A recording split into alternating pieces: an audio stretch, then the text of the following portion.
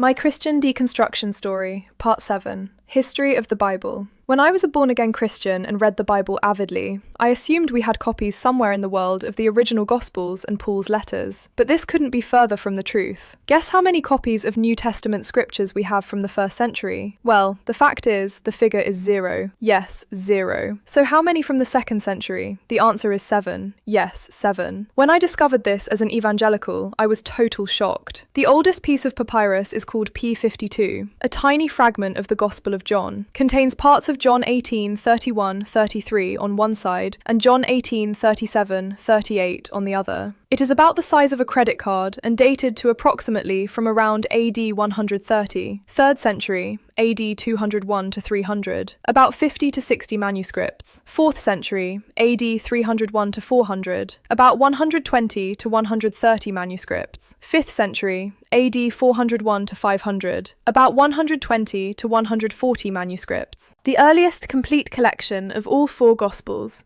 4th century codices such as Vaticanus and Sinaiticus, around AD 325 to 350. Well, not one single pastor ever shared this information and never explained that the Bible we read today is based on copies of copies of copies, etc.